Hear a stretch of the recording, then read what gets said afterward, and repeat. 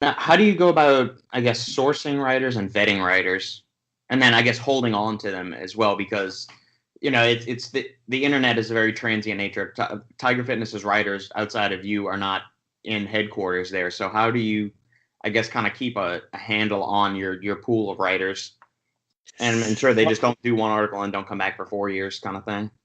Right. I mean, a lot of people come to me and they want to write, and then the next question after they want to write is how much do I get paid? And I mean, I'm going to say it's laughable, but let me explain because I don't want to insult anybody. You don't walk into the NFL and say, I want to be a running back. How much do I get paid? Like, first, let me see that you can be a running back. Um, that. So I get a lot of people that approach me that want to write, and I have to put them through the Mr. Miyagi Karate Kid sequence Mm-hmm. where I tell them to go paint the fence. And if they paint the fence and come back, then I know they might have potential to actually be a writer.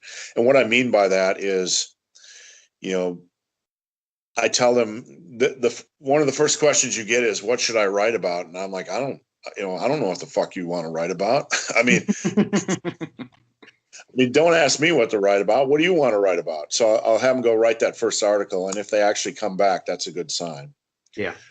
Um, but, as far as vetting, it's a process. You have to look for consistency, and you have to look for willing to grow as a writer. And there's a lot of writers that I've worked with over the years that have good ideas, but you'll receive their copy and it requires a lot of reworking.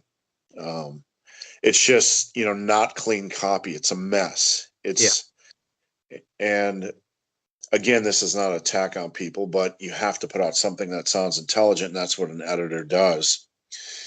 But if you take something that looks like a steaming mess and you remold it into something that sounds really clean and flows well and intelligent, and you send it back to the writer and they don't learn from their mistakes, then they're not going to be a writer for me. Mm-hmm. Because it can take a half an hour to an hour to write an article like that for them, and it can take me 4 hours to make it sound intelligent. Yeah. And I don't want to invest my time. I want to do minor editing with professional writers. So basically, I look for consistency. I look for a willingness to learn from their mistakes, and at that point, then we have a relationship established, and we usually start to look at pay. Mm-hmm.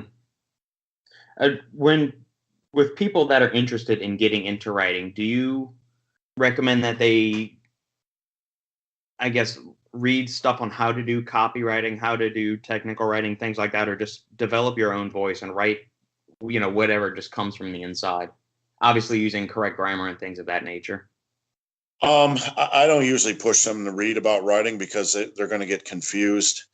I generally just try to train them myself or educate them myself on things they can improve. Writer's voice. I look for people that have very consistent styles. Like you yourself, you have a consistent structure to your writing, which I appreciate. I don't like unpredictable stuff. Mm-hmm. We have a writer over at Tiger Fitness, Julie Smith, who has a lot of her personality in her writing, but she serves the information. It's just fun to read. Yeah. Um, and then we have Jeremy Gray, who can turn out a lot of articles, very clean text, and he's like the meat and potatoes guy. He does a wonderful job with that. I can give him any topic. He'll turn on 1,000-word article and it'll be clean text. I won't have to edit it. And it didn't always start out that way because when he first started writing, he was pretty rough. So Mm-hmm. he's improved a lot.